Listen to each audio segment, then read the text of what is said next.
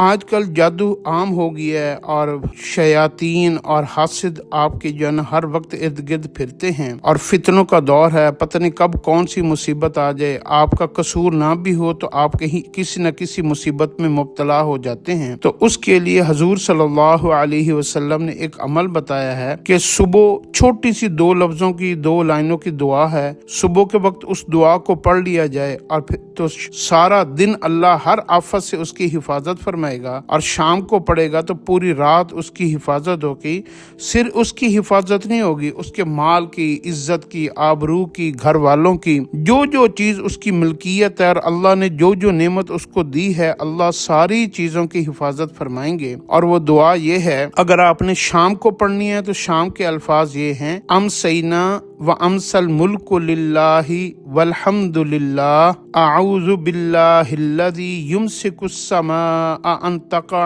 علی الارض الا باذنہ